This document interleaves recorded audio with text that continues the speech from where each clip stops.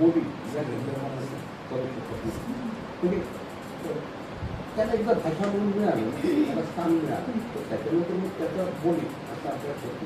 हा पण गोव्यामध्ये महाराष्ट्रात इतर कुठेही न बोलल्या जाणाऱ्या अशा बोली या गोमंतकामध्ये आईच्या मराठीच्या बोली आहेत. उदाहरणार्थ चित्पावून किंवा त्याला केकिता बोली असंही म्हणतात, पण चित्पावून हा त्याला शब्द आहे, त्याला केकिता असंही म्हटलं जातं. आता ही जी भाषा आहे ही अगोदरच्या काळी चित्पावून म्हणजे तुमच्या लक्षात येईल की जाती सदृश्य भाषा. जी चित्पावून ब्राह्मण जे होते, आता त्यांची संख्या तुम्हाला पुण्यात खूप मोठ्या प्रमाणात दिसते, पण पुण्यात त्या भाषेचं नाव पण त्या चित्पावनांना माहिती नसतं. चित्पावन हे मूळचे रत्नागिरी त्या भागात, पण तिथेही आता ही भाषा कोणालाही माहिती नाही. परंतु गेरसनचा जो सर्वे होता, तर तो 1844 असा काहीतरी काळ आहे, 1800च्या काळामधला तो सर्वे आहे. त्या सर्वेमध्ये या भाषेची नोंद आहे आणि चित्पावन त्या ठिकाणचे रत्नागिरीचे चित्पावन ही भाषा बोलतात ही त्या ठिकाणी नोंद आहे. म्हणजे त्या काळी बोलत होतं.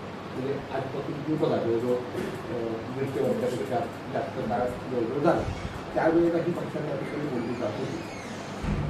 एका अर्थानं भाषा नष्ट कशा होतात याच्याकडे उत्तर म्हणणं नाही, परंतु त्याच्यानंतर ही आता भाषा तुम्हाला कुठे बघायला मिळते, तर एक गोव्यामध्ये ज्या भागामध्ये मी राहतो, माझ्या गाव इथून जवळजवळ 50-60 किलोमीटर दूर आहे, वाळपई असं म्हणतात त्या ठिकाणी तो माझा गाव आहे.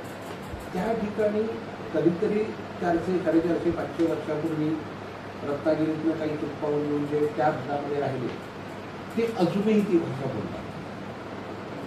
आणि त्याच्यानंतर इथून म्हणजे रत्नागिरीतून असतात कधीतरी असेच 300-450 वर्षापूर्वी काही ब्राह्मण कुटुंब की उडपीच्या बाजूला कर्नाटकामध्ये गेले आणि त्या बाजूला ते सेटल झाले, ते अजूनही ही भाषा बोलतात. अर्थात त्यांची भाषा आणि आमच्याकडे त्याच्यात भाषेतला काही फरक पडतो, कारण त्यांच्यावर नाही म्हटलं तरी कन्नड, तेलुगू, काही तुळू या भाषांचा प्रभाव झाला थोडा, त्या क्षेत्रामध्ये राहतात.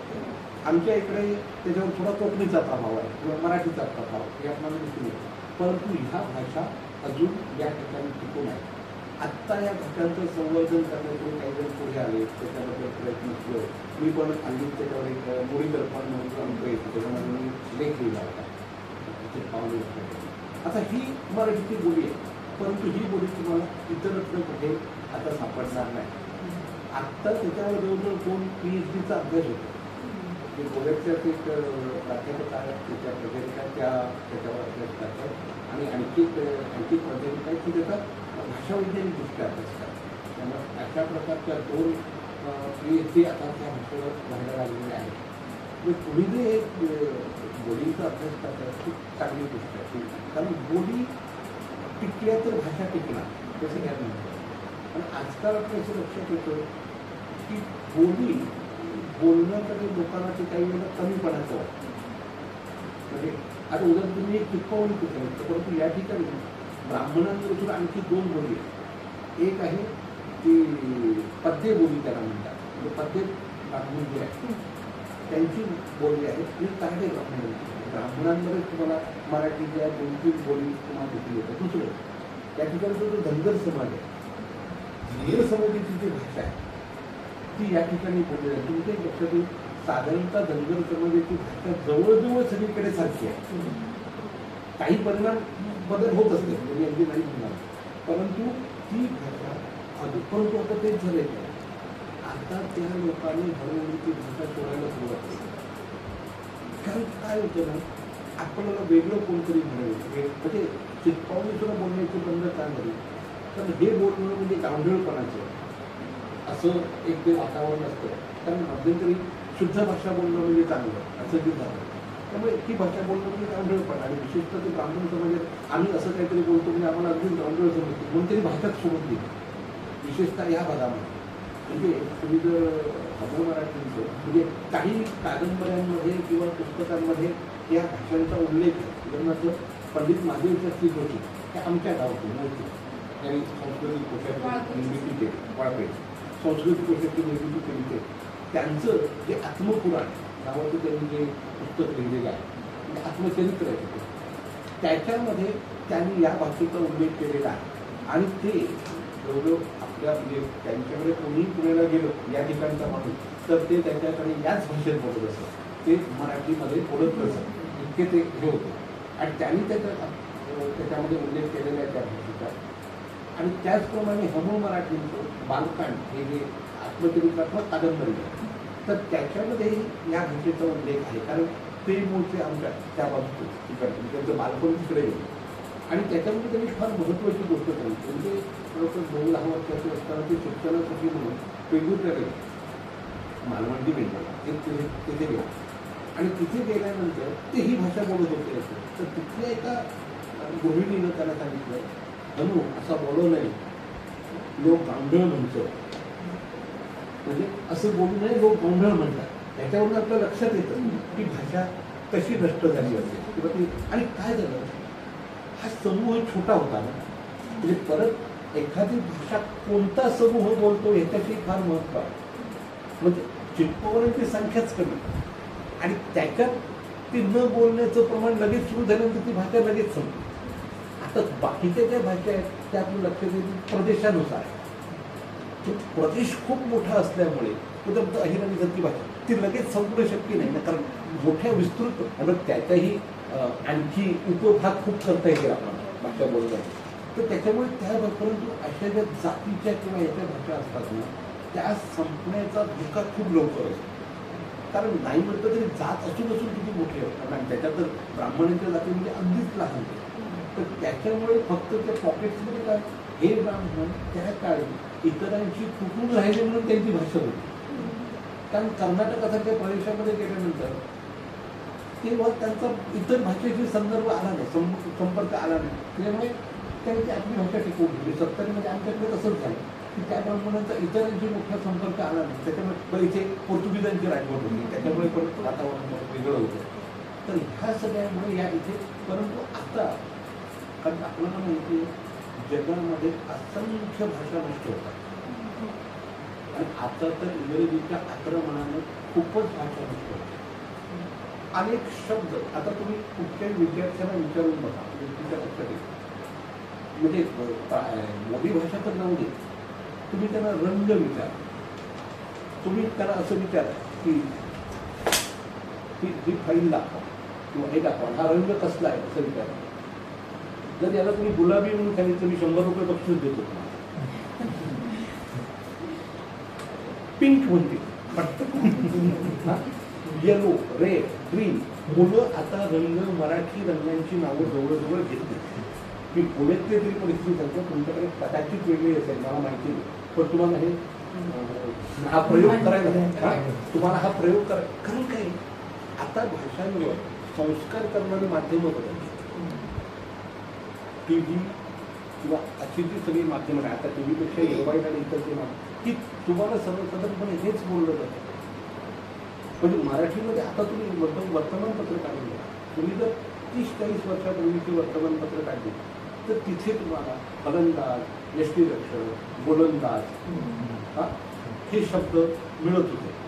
आजचे पेपर तुम्ही काढून बघा आणि या सगळ्यासाठी इंग्रजी शब्द तसेच्या तसे वापरले जातात की नाही बघा. हा बदल आहे. आजकाल अनेक वेळेला मराठी प्रतिशब्द असताना सुद्धा इंग्रजी शब्द म्हणजे अनेक वेळेला, आता उदाहरणार्थ बघा याचा आई म्हणजे हा तर आम्ही इतका शब्द स्वीकारला आहे की याला काय म्हणायचं तुम्ही मला विचारलं तर मला सांगता येणार नाही काय काय शब्द आहे तुम्ही. म्हणजे अर्थात काही शब्द हे घ्यावे लागतात. म्हणजे भाषेची समृद्धी पण दुसरीकडनं आपण शब्द घेतो ते हे घेतो, पण ती कितपत. म्हणजे टॉनिक जेव्हा घेतो आपण ते कशासाठी घेतो, शरीर सुदृढ होण्यासाठी टॉनिक महत्वाचं आहे. पण ते आपण 1 चमचा, 1.5 चमचा, 2 चमचे एवढेच टॉनिक घेतो, बाटली नाही घेत. त्यामुळे तसं घेतलं तर काय होईल आपल्याला माहिती आहे, मग शरीरच नाही संपलं ना. म्हणजे टॉनिकाचे फायदे आजकाल मला हा प्रयोग वाटतो. म्हणजे बोली तर आहे आणि बोली लगेच नष्ट होते. कारण बोली प्रमाण रूपात लिहिलेल्या विशेषता नसतात, तर बोली त्या आपण म्हणतो की त्या बोली म्हणजे मौखिक स्वरूपात असतात. मौखिक स्वरूपात असल्यामुळे ते लगेच बदल होतात. तुम्ही खासकर लोकसाहित्यामध्ये जर बघितलं तर अनेक वेळ तुमच्या लक्षात येईल अनेक इंग्रजी शब्द लोकसाहित्यात आलेले दिसतात. तुम्ही फुगडी बघा, अनेककडच्या फुगड्यांचा जर अभ्यास केला तर तुमच्या लक्षात येईल की हे अशा प्रकारचे शब्द त्या ठिकाणी आता यायला लागलेले आहेत. का? कारण बाकीकडे ते ज्या प्रकारचे येतात शब्द आणि आता हळूहळू सगळीकडनं तुम्हाला काय प्रकारचे म्हणजे गावातला माणूस हा तो त्याचं काय तुम्हाला अपभ्रंश करतो त्या शब्दात. तो शब्द तो मोड उद्या करतो म्हणजे इंग्रजी म्हणतात क्लीनर हा शब्द आहे, हा इंग्रजी शब्द आहे. परंतु तुम्ही गोव्यात जर कुठेही गेलात तर गाडीमध्ये एक ड्रायव्हर असतो आणि दुसरा तो गाडी पुसण्यासाठी करण्यासाठी वगैरे असतो, त्याला क्लीनर असा शब्द आहे. हे क्लीनरचं अपभ्रंश झालेलं क्लीनर. आता हा क्लीनर कुठला तर क्लीनरवरून आला. हे जे असं असे अनेक शब्द तुम्हाला सांगता येतील की जे इंग्रजी शब्दात अपभ्रंश करून भाषेमध्ये वापरले जातात, विशेषतः बोली भाषांना. तर बोली नवीन स्वीकार, पण ते स्वीकारणं कितपत आहे ते आपलं बोलण्यावर येते की नाही याचा अभ्यास. आता दुसरं आहे, लोक जर सगळे स्वीकारत असतील तर तुम्ही आणि मी काही करू शकत नाही. आम्ही काय करू शकतो, आम्ही मूळ रूप जतन करून घेऊ शकतो. तर मी परवाच्या दिवशी आमच्या वर्गामध्ये विचारतो मुलांना, तर आजच्या मुलांना कृषी व्यवस्थेतले अनेक शब्द माहिती नाही, कारण शेतच करणं बंद झालं. मग ते शब्द येणार कसे? उदाहरण तुम्ही त्याला साधे विचार, झू म्हणजे काय? एकाही विद्यार्थ्याला झू म्हणजे काय तुला माहिती आहे? झू म्हणजे काय? जे बैलाच्या मानेवर ठेवलं जातं. आता बघा त्याच्यावरून आपल्या मराठीमध्ये किती शब्द आहेत ना, परंतु झू त्याचा अर्थ जर आपल्या लक्षात नाही ते शब्द कळतील कसं? माझ्या मानेवर नको ते झू ठेवलं असं मी तर म्हटलं. मुळात तुम्हाला कळलं तर तुम्हाला त्या शब्दाचा अर्थ कळण्याचं तुम्हाला तो शब्दच कळणार नाही. पण कृषी कारण लोकसाहित्यातले किंवा बोली भाषेत कृषी संस्कृतीतून आलेले असंख्य शब्द आहेत. आता कदाचित हे गोव्यामध्ये जास्त होते कारण गोव्यामध्ये कृषी संस्कृतीच नष्ट झाली असं म्हणायला हरकत नाही. त्यामुळे इथल्या लोकांना जो माहिती नाही, नांगर ऐकून माहिती असतो. म्हणजे थोड्या वर्षांनी कदाचित तो शेती नांगरायचा म्हणून नांगर बघते हे कदाचित विसरते, पण बघतच नाही. तर इतकी वाईट परिस्थिती आहे सध्या. मग मी जगत हा शब्द, आता हा गोव्याच्या ह्याच्यामध्ये शेतीच्या संदर्भात शब्द आहे. जगत म्हणजे नांगराचा फाळ जो खाली असतो त्याला जी लोखंडी पट्टी लावतात ना ती खाली वेगळा नसतो, त्याला जगल. हा इकडचा शब्द, तुमच्याकडचा शब्द वेगळा असतो. उदाहरणार्थ मणकूळ हा जो शब्द आहे म्हणजे जो मळणी घातली जाते किंवा ते आता ट्रॅक्टरनं मळणी घालतात, पहिले बैलानं मळणी घालायची किंवा दोन खांबे मोडलेले आहेत आणि एका खांब्यावर पहिली आणि 1-2 तास ते केलं की ते भात काढून दुसऱ्या ह्याच्यावर घातलं जायचं इकडचं ते भरण्यासाठी. मग उरलेलं भात त्याच्यावर बैल फिरवलं. ते उडवण्यासाठी गवत वेगळं करण्यासाठी जो बांबूचा तुकडा वापरला जायचा आणि त्याला विशिष्ट प्रकारचं सगळे ते उडवण्यासाठी त्याला म्हणतो हा शब्द या ठिकाणी. कदाचित हे मराठीत तुला इंग्रजी म्हणजे कोकणीतल्या मुलांना सुद्धा माहिती आहे, कारण ते आताच्या इथल्या लोक जीवनातून सोडून शब्द माहिती नाही. वेटो हा शब्द माहिती नाही म्हणजे असंख्य शब्द. कारण मी माझ्या लहानपणी शेती करू लागलो. मी स्वतः नांगर झालो. आमचं स्वतःचं शेत आहे. आमच्या शेतात गेल्या 20-25 वर्ष पडली नाही, तर आमच्याकडे करणारा कोणीच नाही. आता त्यातून जे कुठे आपल्याला बाकीचे त्याचं काय होतील ते सोडून द्यायचं. आपल्याला भाषा आपल्या भाषेतले असले शब्द नाहीसे होते हे सुद्धा. त्याच्यामुळे तुम्ही आता बोलीचा अभ्यास करताना काय करू शकता की जे मुळात बोलीचे घटक ते शब्द आहेत त्यांचं किमान डॉक्युमेंटेशन करून ठेवलं. म्हणजे उद्या मणकूळ म्हणजे काय ते कुठेतरी लिहून ठेवलं. उद्या 25 वर्षानंतर 50 वर्षानंतर कोणाला अभ्यास करायचा असेल बाबा त्याच्या किमान लक्षात बाबा असं काहीतरी होतं, असं काहीतरी होतं आणि ते करायचं. आता तुम्हाला दुसरी सांगतो परत, हे जपून ठेवणं संवर्धन करणं सुद्धा काय गरज आहे. समजा उद्या 50 वर्षानंतर बाहेरकडे तांदूळ मिळणं मुश्किल झालं, कदाचित लोक परत शेतीकडे येतील. त्यावेळेला काय करायचं म्हणजे जमीन असेल कदाचित पण शेती करायची, कारण ही आपली जी कला आहे ती एका पिढीकडनं दुसऱ्या पिढीकडे बघा. बापाबरोबर हळूहळू शिकून मुलगा शिकतो ना शेती. ते काही शाळेत जाऊन घेतलेलं शिक्षण नाही कुठे, ते तिथे तो आणि ते तसं चालत होतं. बाप चालत होतं, मुलगा चालत होता, त्याचा हे पुढे चालत जायचं. ही आता सगळी तुटली.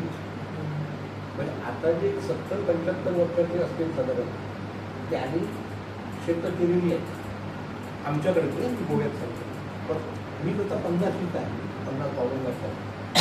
माझ्या पिढीत त्यांनी हळूहळू 25च कोणी असतील त्यांनी शेत केलं. आणि पुढची जी पिढी आहे 25-30 वर्षातली जी पिढी आहे ती मी अधिक तुम्हाला लिहून देऊ शकतो. त्यांनी नांगर बघितलेलं पण नसतं. क्वचित काही पॉकेट्स आहेत आपल्याकडे कानकोण किंवा त्याच्याकडे असं क्वचित काहीतरी शेती केली जाते. बरं त्याच्यातही आजकाल फक्त जी केली जाते त्यातही शेती केली जाते. त्याच्यामुळे पहिलीचे जे आपले सगळे हे शब्द होते आणि त्याच्यामध्ये त्या गोष्टींची गरज लागत नाही ना. ट्रॅक्टरनी मळणी करायला मणकूर टाकत येतो, बरोबरच फिरवतो काय ते सगळं इथलं. त्यामुळे किंवा अगोदरच्या काळात तुम्हाला माहिती आहे की ते सूर वारं हे शब्द जे सगळे होते, आता ते मशीनवरच वारं करतात. त्याच्यामुळे बोली भाषांचं संवर्धन करणं मुळात हे यासाठी महत्वाचं आहे की तुम्हाला ते डॉक्युमेंटेशन म्हणून मिळेल. कारण बोली ह्या काळाप्रमाणे बदलत जातात आणि बदलत जातात त्याचे. आणि आज ज्या प्रकारे इंग्रजीकडे इतर एका अर्थानं इंग्रजीपेक्षा हिंदीचं पण आहे. अगोदर आजकाल तुम्ही मुद्दाम बघा, वहिनी म्हणताना बघा ऐकलंय तुम्ही, हवी लक्षात येतं आपलं. पहिले आपण वहिनी म्हणायचो नाही का, भावाच्या बायकोला, मोठ्या भावाच्या बायकोला वहिनी म्हणायचो. आता 99% भाभी म्हणतात, 25 कोणीतरी वहिनी म्हणत असते. हा बदल कधी नाही. हिंदी ज्या प्रकारे चॅनलच्या माध्यमातून आपल्याकडे येते, म्हणजे नुसतं आक्रमण इंग्रजीच हिंदीचं पण आपल्याला मोठ्या प्रमाणात. आणि काय होतंय, आज टीव्ही गावागावात पोचलाय आणि आपण शब्द लगेच स्वीकारतो नवीन. म्हणजे माझा मुलगा एकदा माझ्याकडे बोलताना म्हणायला लागला, बाबा तेवढी मोठी बारिश झाली बघा. आता बारिश हा शब्द ते डॉरेमॉन आणि हे ते बघतो ना, तर त्याच्याबद्दल त्याने ते शब्द केले आणि एकदा ती मूळ झाली. हळूहळू ही मुलं सगळी पाऊस हा शब्द जाईल. तर त्यांच्या बोलण्यात एकदा बारिश आला की तो मराठीतला शब्द म्हणूनच वापरला गेला. असंख्य शब्द सांगू शकतो की जे आज विशेषतः टीव्हीच्या माध्यमातून किंवा इंटरनेटच्या माध्यमातून या माध्यमातून इंग्रजी विचार करा तुम्ही. आजकाल तुम्ही हे काय होतं, मराठी व्यक्तीकडे कोकणी करायचा बघा, पण कोकणी अगदी मोठ्या प्रमाणात बोलली समोर होती. गोव्याचं हे वैशिष्ट्य आहे. गोव्यात म्हणजे तुला माहिती आहे की 95% लोक कोकणी बोलतात, पण लिहिण्यासाठी वाचण्यासाठी मराठी वापरतात. हे युनिकनेस आहे. गोव्यातल्या माणसाला मराठी अगदी स्पष्ट कदाचित बोलता येईल, पण तो खूप सुंदर लिहू शकतो. कारण काय, त्याची बोलण्याची पद्धती आहे, त्याच्यामुळे ती बोलण्याची जास्त वापरत असल्यामुळे त्याच्यात हे तुम्ही मुद्दाम कोणी कोकणी बोलणार आहे ना, 10 तर बोली टिकल्या काय टिकली पाहिजे बोली भाषा. कारण बोली भाषाने आपली संस्कृती खूप बोलली. भाषा नुसती संपत नाही, भाषेबरोबर त्या ठिकाणची संस्कृती संपते. आपणाला जोडून ठेवणारं आपल्या माझी काय परंपरा आहे ते मला कशातनं कळतं. भाषेशिवाय दुसरं काही त्याला माध्यम आहे का नाही. आणि संपली उद्या चिटपावली भाषा संपली की त्याच्यातल्या म्हणी संपतील, त्याच्यातली वाक्य संपतील, त्याच्यातली वैशिष्ट्यपूर्ण काही गोष्टी असतील, त्याच्यातल्या कथा, त्याच्यातली नाटकं, त्याच्यातली लोक सगळं संपून जाईल. आणि कोणाला कसं कळेल काय होतं, कारण बोली पद्धतीच आहे.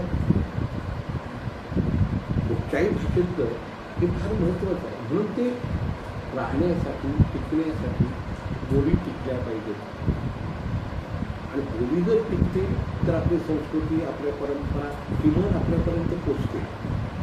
काय होतं आता बघा, हळूहळू चूल नाहीशी होते.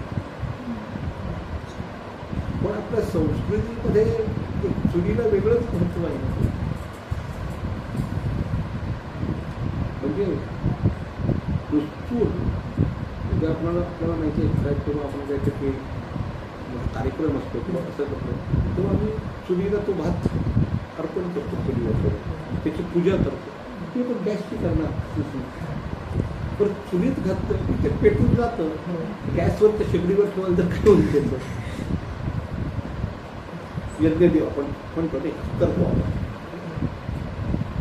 तर ही संस्कृती, परंपरा टिकण्यासाठी भाषा टिकली तर कदाचित चुलीचा वापर नाही झाला तरी चूल माहिती असेल लोकांना काय आहे. आणि इतक्यात काही महाराष्ट्रातल्या ग्रामीण भागातून चुलीकडे चूल नाहीची झाली असेल. बरं, काही गोष्टी नष्ट झाल्या त्याचं मी दुःखही करू शकत नाही. उदाहरणार्थ स्त्रियांच्या ओव्या, जात्यावरच्या ओव्या, आता आपण वाईट झालं म्हणू शकतो का? कारण त्या ओव्या त्या स्त्रीच्या त्या भयानक कष्टमय जीवनाशी जोडलेलं होतं. म्हणजे आपण असं आजही म्हणायचं का स्त्रियांनी सकाळी 4 वाजता उठून जळायला बसलं पाहिजे, कारण का ओव्या ओढल्या पाहिजेत असं नाही म्हणू शकत ना आपण.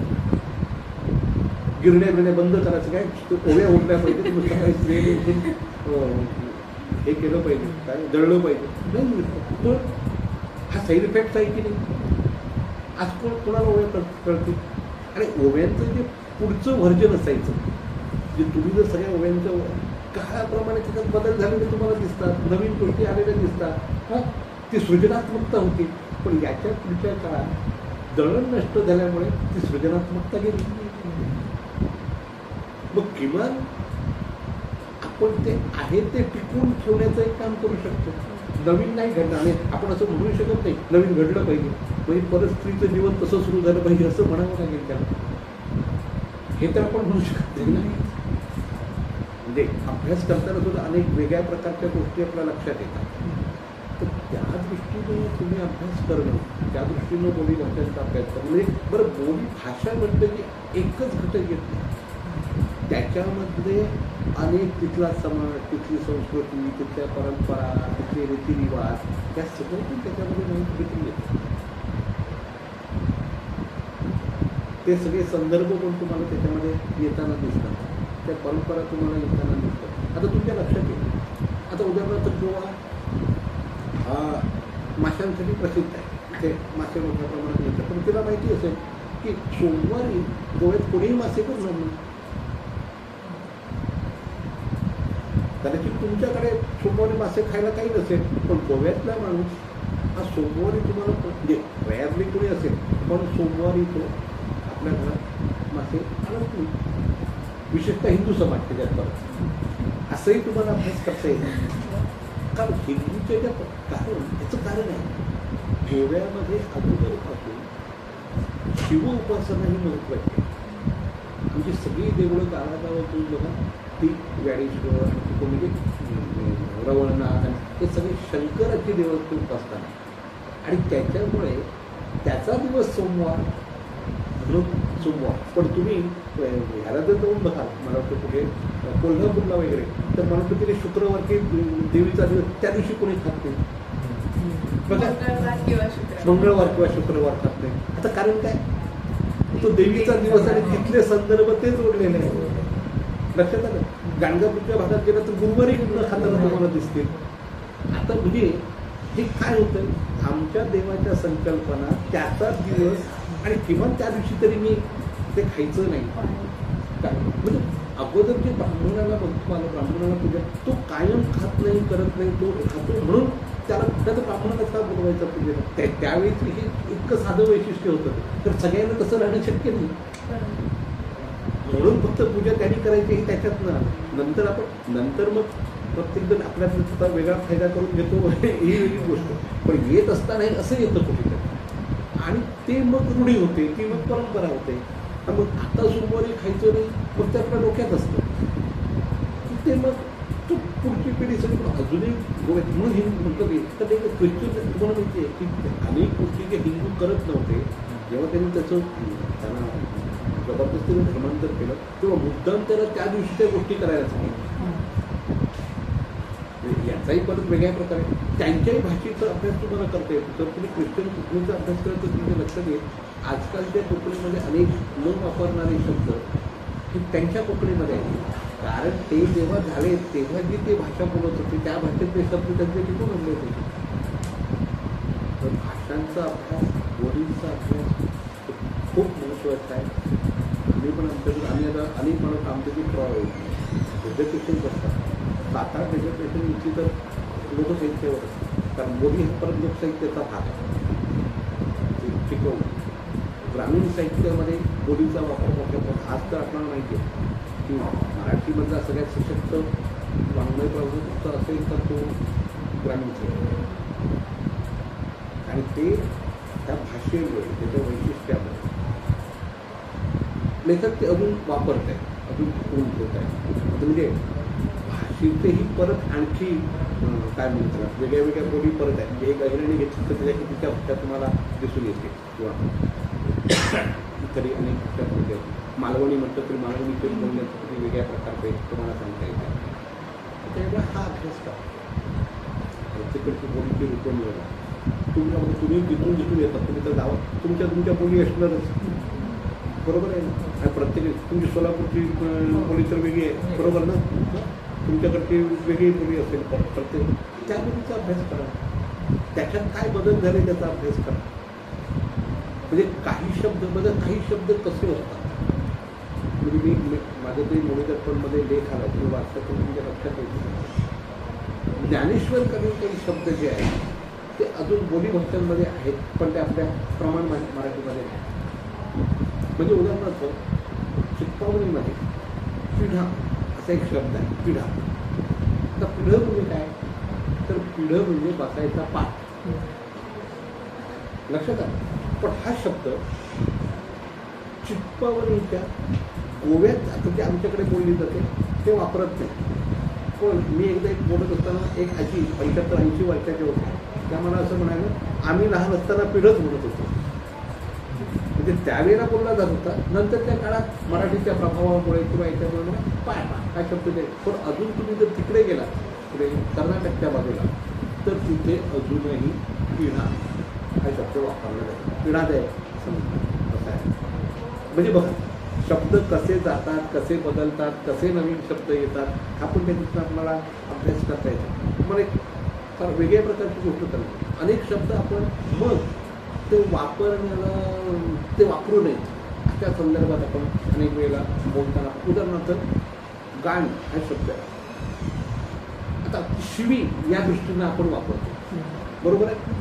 पण खरं तर तो जुन्या मराठीत तुम्ही बघायला गेला तर तो पार्श्वभाग या दृष्टीनंच वापरलेला शब्द आहे. म्हणजे अजूनही तुम्ही जर त्या तिकडच्या गेलात ना तर त्या लहान मुलांनी आता आपण म्हणतो बघा लहान मुलांनी कोणी खुशी केली त्याचं भुके धुऊ असं आपण इन जनरल त्याच्यामध्ये बोलतो, बरोबर ना. ते सहज म्हणतात म्हणजे गांडी धुई. म्हणजे तो त्यांच्या दररोजच्या बोलण्याचा शब्द आहे. आपण ते ऐकलं विचार अरे हा असं काय बोलतो असं वाटतं. आता मजा बघा तुकारामांचा जो मूळ अभंग आहे भले तर देऊ गांडीची लंगोटी असा शब्द आहे. म्हणजे त्या काळच्या मराठीत तो तसाच वापरला जात होता. कासेची लंगोटी वगैरे पण लोकांनी केलं ते गांडीची लंगोटी म्हणायला बरं वाटत नाही. कासेची लंगोटी हा मग केलं जातं. म्हणजे मला म्हणायचं काय शब्दांची रूपं ही कशी कुठे वापरली जातात बोलीमध्ये ती कशा प्रकारे तुम्ही वेगळं जर मजा केलं म्हणजे तुम्ही कोकणीमध्ये आणि तुम्ही आपली ही जी वापरलेली आहे माणदेशी भाषा तुम्हाला अनेक शब्द सारखे दिसतात. कारण प्रमाणीकरण होण्याच्या ह्याच्यामध्ये मराठीतनं ते शब्द प्रमाण मराठीतनं गेले पण त्यांच्या बोलीमध्ये उठले तिकडे पण कोकणीसारखी जी भाषा इतरांच्या संपर्कात गेली होती त्या भाषेमध्ये जे शब्द अजून तसेच्या तसे आहेत. म्हणजे कदाचित माणदेशी माणसं वाचत असताना तुम्हाला पुण्याच्या माणसाला ते त्या शब्दांचे अर्थ कळणार नाही, पण गोव्यातल्या माणसाला कळेल, कारण तो कोकणीत तो शब्द वापरतो. ही जी बोलींची एक वेगळं वैशिष्ट्य आहे. म्हणजे बोली अशा तुम्हाला वेगळ्या वेगळ्या याच्यातले काही समान शब्द तुम्हाला दिसतील जे आज प्रमाण भाषेतून वापरायचं बघ. हा दुसरं तुम्हाला त्या क्रीडा शब्दाबद्दल सांगत होतो, तो ज्ञानेश्वरीत आले काही शब्द. म्हणजे बघ 700-800 वर्षापूर्वी तो तेव्हाच्या मराठीतच बोलला जाणारा शब्द होता, पण तो हळूहळू आता आमच्या भागामध्ये तो 50-60 वर्षापूर्वी वापरला जात होता, तो आज वापरला जात नाही, पण तिकडे अजूनही वापरला जातो. आणि भाषेची ही जी मजा असते, त्यातले हे जे बदल असतात, तर आपल्याला माहिती नाही आमच्या आधी 500 वर्षामध्ये भाषा कशी बदलली आणि आपणाला एक तर माहिती आहे की मध्ये आज कितीतरी आपण उर्दू फारसी शब्द वापरतो, कारण त्यांचं 700-800 वर्षाच्या राजवटीमध्ये दररोजच्या व्यवहाराची भाषा फारसी उर्दू अरबी होती, त्यामुळे कितीतरी शब्द आलेले आहेत. आज आपल्याला माहिती पण नाही ती फारसी किंवा अरबी आहेत म्हणून, पण लक्षात घ्या अगोदर त्याच्याऐवजी मराठी शब्द कुठचे तरी होते असते, नष्ट झाले, वापरले नाही की नष्ट होणार. बरं त्यावेळेला आज तर आपण कोणी डॉक्युमेंटेशन करतं, काहीतरी करतो, त्यावेळेला काय होतं आपण आजकाल बघा दररोज बोलतो, काय होतं असेल त्यावेळेचा मूळ शब्द. कदाचित कुठच्या तरी बोलीत त्याला शब्द असेल जो मूळ मराठीतनं नष्ट झाला, पण तिथे या अभ्यासातनं तुम्हाला असे अनेक शब्द सापडू शकतात. त्यामुळे हा अभ्यासाचं खूप मोठं क्षेत्र आहे, लक्षात आलं, खूप मोठं क्षेत्र आहे अभ्यास करण्यासाठी. आणि तुम्ही असा अभ्यास तुम्ही आता एम ए होणार आहात, मी तर म्हणेन तुम्ही पुढच्या याच्यासाठी KRSसाठी प्रयत्न करा. गोवा विद्यापीठामध्ये आपण गोवा विद्यापीठ एकमेव विद्यापीठ आहे अख्ख्या भारतामध्ये तिथे 7 फुल टाईम फॅकल्टी आहे अख्ख्या भारतामध्ये.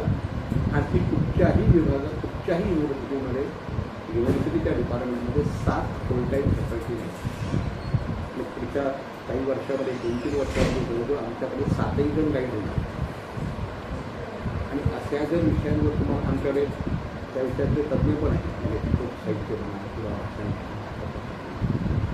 तर तुम्हाला जर पुढे PhD वगैरे करायचं असेल तर तुम्ही निश्चितपणाने या ठिकाणी होऊ शकता. कारण म्हणजे आमचं तर असं आहे की गोवा विद्यापीठ असं करायचं आहे की महाराष्ट्रातल्या विद्यार्थ्यांनी मराठी शिकण्यासाठी हे आहे. तर तशी आहे आमच्याकडे, म्हणजे तुम्ही इथे जर बघितलं तर आमच्या लक्षात येतील अशा प्रकारच्या फॅकल्टी. तर महाराष्ट्राच्या शिक्षणाकडे खूप दुर्लक्ष होतं. मला माहिती आहे तुमच्यात 1 की 2 फक्त फुल टाईम फॅकल्टी आहेत, बरोबर ना? बाकी सगळ्या कॉन्ट्रॅक्टमध्ये लेक्चर सांगतो. त्याच्यामुळे जर तुम्हाला चांगला अभ्यास करायचा असेल पुढे त्याच्यामध्ये जाऊन हा खूप वास्ट क्षेत्र आहे पाहिजे. तर आणि JRF तुम्हाला माहिती आहे 40-50 हजार रुपये दर महिन्याला तुम्हाला मिळतात आपल्या. अशा प्रकारचं जर अभ्यास तुम्हाला करायचा असेल तर तुम्ही निश्चितपणाने तुम्ही तिथेही करा, मला काही माहिती नाही. म्हणजे गोवा विद्यापीठ, कारण गोव्यात येण्याचा फायदा काय आहे, तुम्ही इथे कोकणी मराठी असं तुलनात्मक अभ्यास करू शकता. कारण आणखी अशी भाषिक वैशिष्ट्य तुम्हाला आणखी कुठे मिळणार. जवळ सिंधुदुर्ग आहे, तिथे मालवणी भाषा बोलली जाते, इथे कोकणी भाषा बोलली जाते, मराठी व्यवहारामध्ये आहे, चित्पावणी पद्ये अशा प्रकारच्या बोली भाषा या ठिकाणच्या आहेत. तिथे जवळ कर्नाटक आहे, त्या भाषेचा प्रभाव या ठिकाणी तुम्हाला कन्नडवरनं दिसू शकतो. त्यामुळे वेगळ्या वेगळ्या अभ्यासाच्या दृष्टीनं खूप महत्त्वाचं आहे. विद्यापीठामध्ये आता साधन सुविधा पण बऱ्यापैकी विकसित होत आहेत, आणखी होण्यासाठी सभावून वगैरे करायची तयारी सुरू आहे. तर बघा आणखी काय विचारायचं असेल तर विचारा तुम्हाला. बोली भाषा या विषयावर एखादं पुस्तक जे तुम्हाला आवडेल तुम्ही वाचलंय तर परत मला वाटतं ते प्रमाण भाषा आणि बोली म्हणजे आता लेखकाचं नाव आवडतं, पण खूप पुस्तक आहे बोली आणि याच्याबद्दल, किंवा भाषा विज्ञानाच्या बऱ्याच पुस्तकांमध्ये बोली आणि भाषेचा संदर्भ, कारण भाषा वैज्ञानिक पण तो त्या सगळ्या पुस्तकांमध्ये असतो. ती तुम्हाला रेफरन्स मिळतो तर ती पुस्तकं तुम्ही वापरू शकता की बोली आणि. तर मला वाटतं ना मसूद अजारी म्हणायचं की मसूद अगारींची जी बोली भाषेच्या संदर्भातली मसूदचे एकनाथ नाही मसूद अगारे तरी बोली त्यांचा पोषण केलेलं तर ते जे कारण अनेककडचे अनेक शब्द तुमच्या लक्षात येतात त्यामुळे ती पुस्तकं पण तुम्ही रेफरन्स वापरू शकता. सर एक प्रश्न असा आहे का समजा आता विद्यार्थ्यांचं म्हणणं आहे इतर ठिकाणी त्यांना स्कोप आहे किंवा नोकरी मिळते पण मराठी भाषेत किंवा आर्ट्स फॅकल्टीचा पाण्याचं मुलांचा दृष्टिकोन वेगळा आहे का मराठी करून शिकून पुढं काय करायचं पुढं रोजगार कोणकोणते मिळतील तर तुम्ही असं सांगू शकाल का मराठीमधून पुढे कोणकोणते रोजगार भरपूर रोजगार 100% मी सांगू शकतो पण तुम्हाला तेवढे एफर्ट्स घेण्याची गरज आहे आणि आजकाल तुम्हाला मल्टी लँग्वेज होण्याची गरज आहे बहुभाषिक ज्याला आपण तुम्ही विचार करा जपानीमधलं किती साहित्य मराठीमध्ये आलं स्पॅनिश भाषेतलं किती साहित्य मराठीमध्ये आलं रशियन भाषेतलं किती साहित्य मराठीमध्ये आलं तुम्ही उद्या ह्याच्यापैकी एक भाषा शिका आणि त्याच्यातलं साहित्य मराठीत आणा तुम्हाला आयुष्यभराचं हे काम आहे. आपण किती प्रयत्न घालतो हे फार महत्वाचं आहे. भाषांतराचं युग ते आजही आहे परंतु आपल्याकडे तेवढी मेहनत कारण दोन्ही भाषांवर तुमचं प्रभुत्व पाहिजे.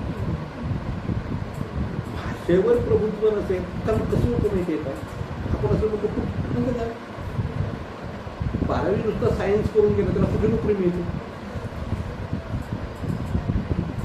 बोटं दाखवण्याची सवय झाली आहे. आपल्याकडचं जो दुसरं कोणी करतो साधं प्रूफ रिडिंग करणारा चांगला कोणी मिळतो का बघा तुम्ही मला हां केवढं मोठं स्कोप आहे पण तुम्हाला आधी आलं पाहिजे ना मलाच रसवून दीर्घ माहिती नसेल तर मी काय प्रूफ रिडिंग करतो. मला म्हणायचं रोजगाराच्या संधी 101% आहे उलट बाकीकडे नाही तितके आपल्याकडे आहे कारण भाषा ही कधीही मरणारी नाही भाषेतला व्यवहार संपणारा नाही. बरं ना वर्तमानपत्रामध्ये केवढा स्कोप आहे मराठी आता मी तुम्हाला माझ्या गोव्यातच सांगतो गोव्यात कोकणी राज्यभाषा आहे सहभाषा मराठी आहे कोकणीत 1 वर्तमानपत्र असतं आणि मराठी 7 वर्तमानपत्र मग त्याचा स्कोप कुठे आहे पण तुम्हाला मजा सांगतो तुम्ही पेपरमध्ये जाऊन बघा अर्धा अधिक स्टाफ हा बाहेरचा आहे. दरवर्षी संपादकाचे मला फोन असतात चांगला कोण असेल तर पाठव.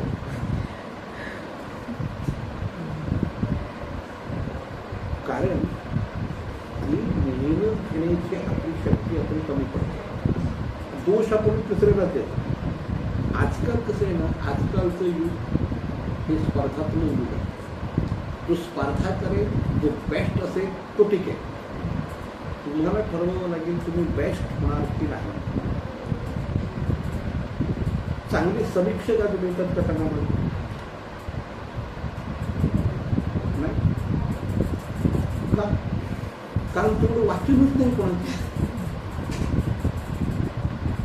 म्हण आहे आडातच नसेल तर पोहऱ्यात पोहऱ्या लिहायचं असेल तर आपल्याला वाचलं पाहिजे केलं पाहिजे समीक्षा केली पाहिजे तेच नाही आपल्याकडे.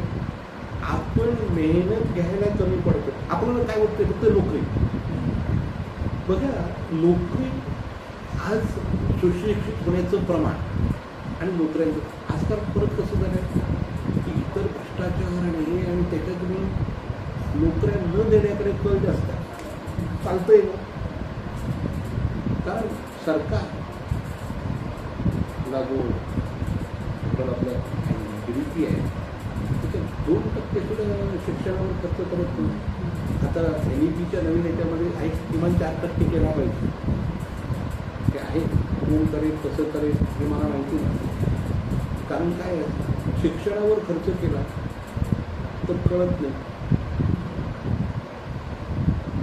लाडली बहीण योजना सुरू केली की मतं मिळतात ना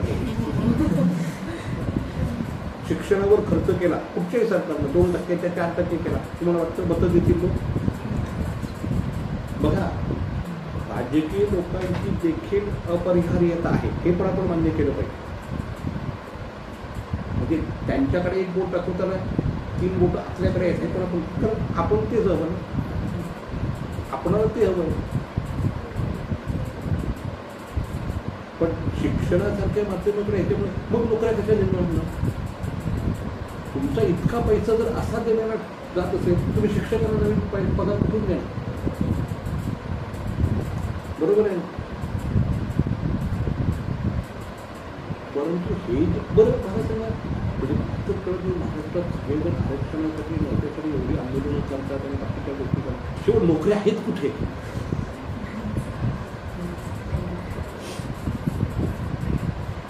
म्हणजे एका अर्थाने लोकांना भ्रमित करण्याचंच काम झालं हे. फक्त नोकऱ्या किती जणांना नोकऱ्या मिळणार?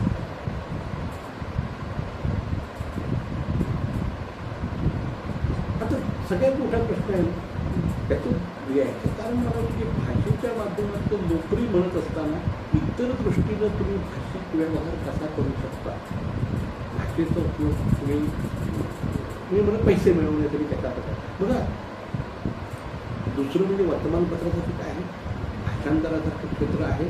तुम्हाला माहिती आहे कायद्याची अनेक पुस्तकं आजपर्यंत आपल्या मराठीमध्ये आलेली नाही का?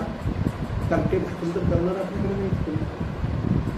गोव्यामध्ये जर कोणी मराठी शिकून जर पोर्तुगीज शिकला तर पोर्तुगीजमध्ये कितीतरी डॉक्युमेंट्स हे मराठीत आणावे लागतात, कारण इथचा मूळ कायदा पोर्तुगीजमध्ये आहे.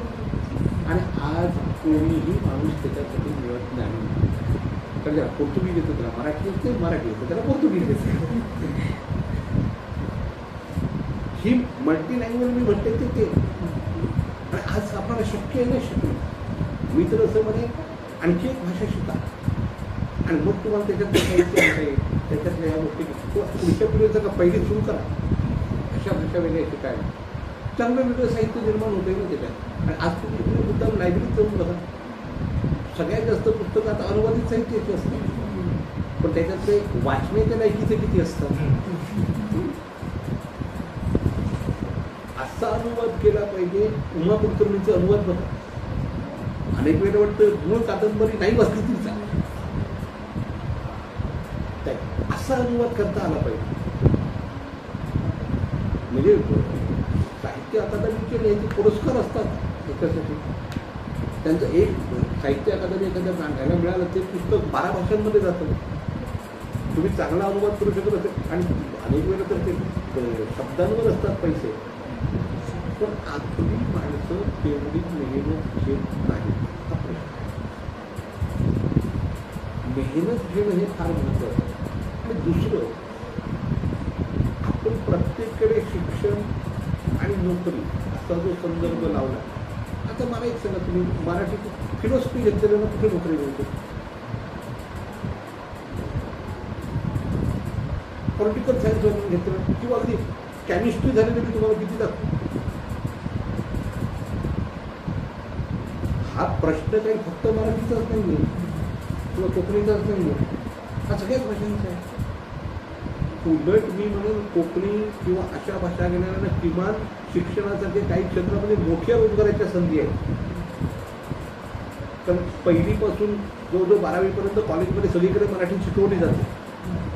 कुठे तरी शिकते, लेक्चर बेसिस नाही, कॉन्ट्रॅक्ट बेसिस, काहीतरी नोकरी मिळण्याची शक्यता आहे. तो पॉलिटिकल सायन्सवाला काय करणार, केमिस्ट्रीवाला काय करणार, फिलॉसॉफीवाला तर काय करणार, कुठे शिकवलं जातं कॉलेज सोडून. पण शिकतात ना मुलं, कारण ज्ञान मिळवणं हे महत्वाचं आहे. हा, हे तुम्हाला कळलं पाहिजे की त्याचं पैसे मिळवण्यासाठी कसा वापर करतात.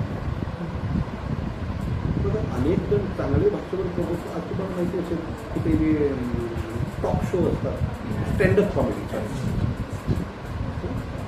तुमचं असं लक्षात येईल 10वी 12वी शाळा सोडलेली, पण त्यात किती पैसे कमवतात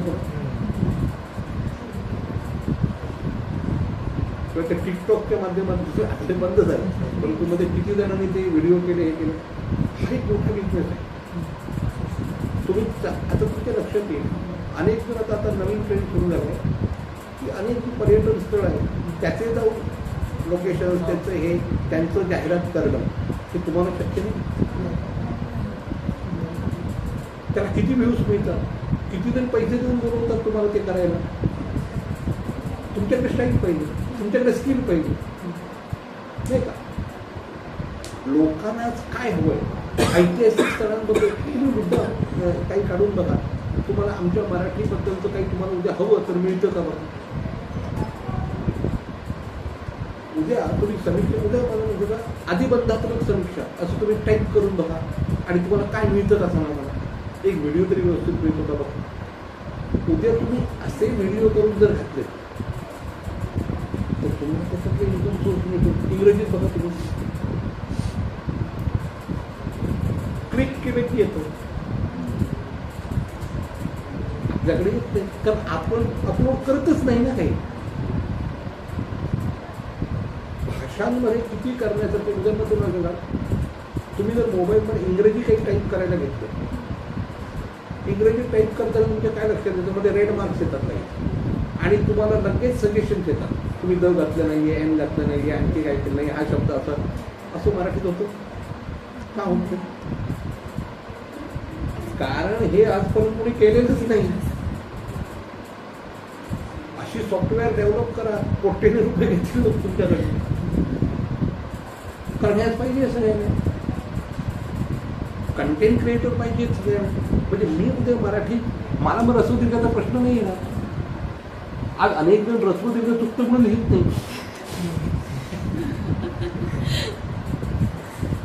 ही संधी आहे.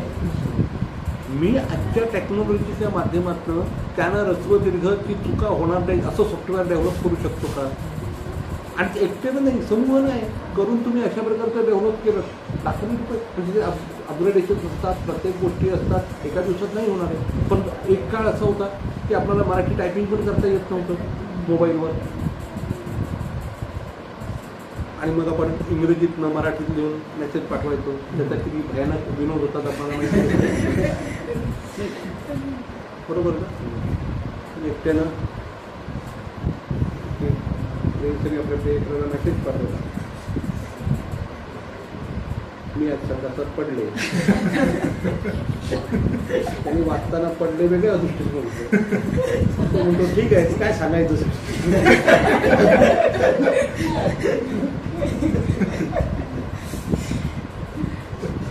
दो आणि ट हे त्यांच्याकडे एकच प्रकारे लिहावं लागतं. पण हे आपलं होईल कधी.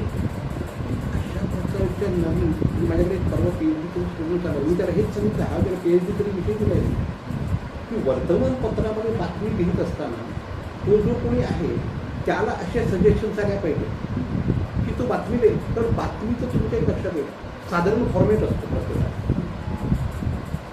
तो बसला की ते जर सजेशन्स आलं, अरे तुम्ही चुकलंय, हा शब्द असा घातला पाहिजे, हा हे वाक्य असं आहे, हे असं घातलं झालं.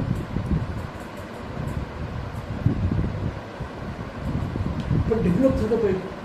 आपल्या मराठीमध्ये हे अजून डेव्हलपच होत नाहीये. आपले किती शब्द केले नाही. आपण आपली भाषा या दृष्टीनं समृद्ध करत नाही. विकिपीडियावर किती मराठी माणसांचे सगळं डिटेल्स आहेत मला सांगा. नाही काही आहेत नाही, पण अनेक असंख्य माणसं आहेत की ज्यांचं काही कंटेंट करतच नाही. टेक्नॉलॉजीच्या संदर्भात आपण काय करू शकतो आणि याच्या अर्थानं तुमच्या आजच्या पिढीने तुम्ही हे तंत्रज्ञान बारकाईही शिकून घेतलं पाहिजे. आज त्याला पर्याय नाही. आमची पिढी गेली पण काय म्हणतो गाईच्या शेपटाला धरून जाऊ तो तुमच्या पुढे ते बोलणार नाही. तुम्हाला तंत्रज्ञान शिकणं आणि आपल्या भाषा तंत्रज्ञानाचं आणि मराठी समृद्ध आज तेव्हाच होईल की जेव्हा जाईल.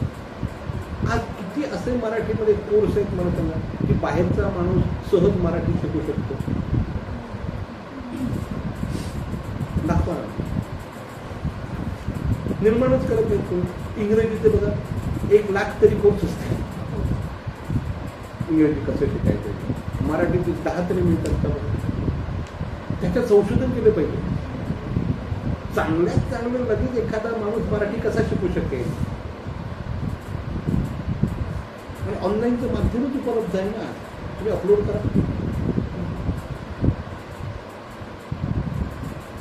तुम्हाला माहिती अनेक युट्यूबर भरपूर पैसे मिळवतात वेगळ्या वेगळ्या कंटेंट तयार करून. आपण असे कंटेंट तयार करू शकत नाहीत का जे आपल्या भाषेशी संबंधित आहे?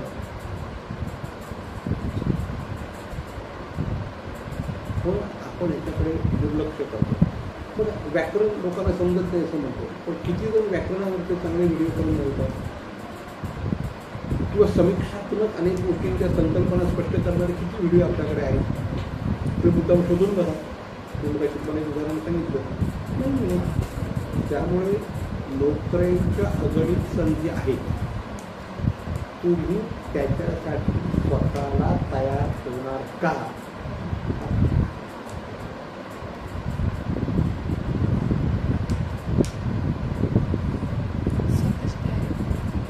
स्वतःचीच तयारी पाहिजे. आणि ते काय कसं असतं माहिती का, ते तुम्ही एका दिवसात काही नसतं. पीक पेरावं लागतं, त्याला खतपाणी द्यावं लागतं, तेव्हा त्याचं झाड होतं. तर तुमच्याकडचे जे न्यूज पाहते एका वर्षाचं 6 महिन्यात पीक येतं. आमच्याकडचे आंबे फणस तुम्हाला 10 वर्ष बघावं लागतं. तेव्हा ते हे पीक कशा प्रकारचं आहे की त्याला घालावं लागतं. ते खाल्लं एक लक्षात ठेवायचं, जमणार नाही, येत नाही माझे हे मला तो काढून टाकायचं.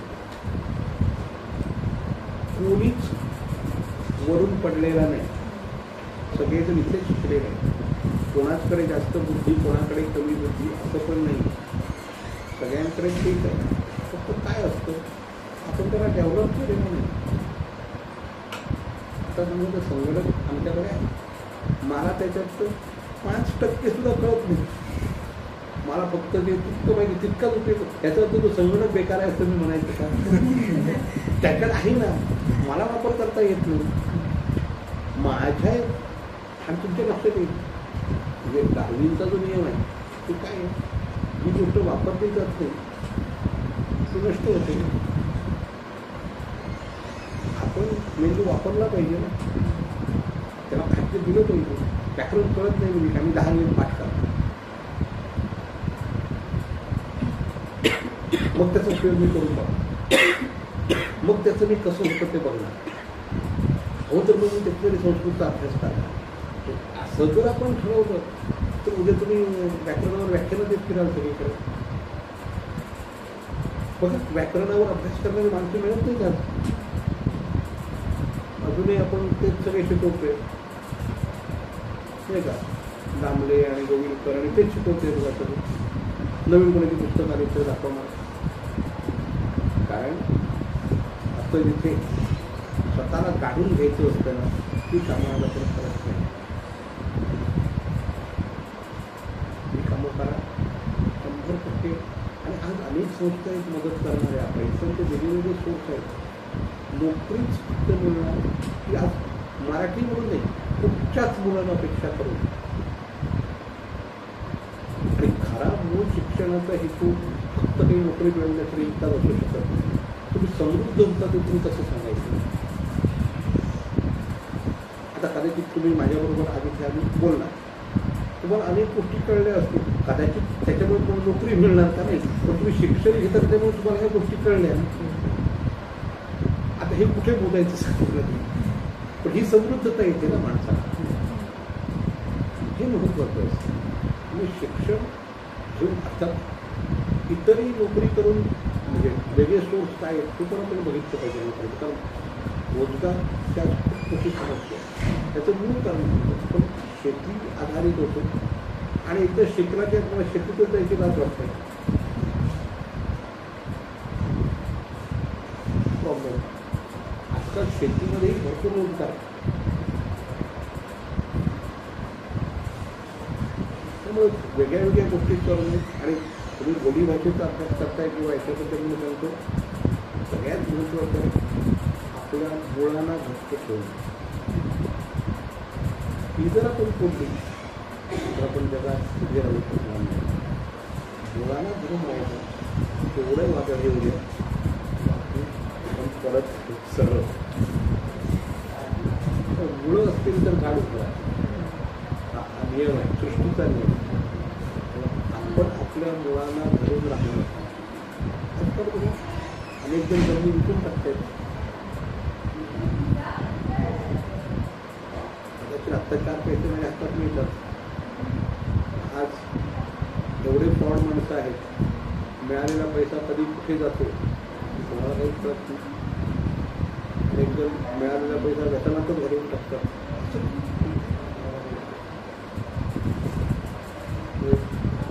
त्या दृष्टीचा विचार करा.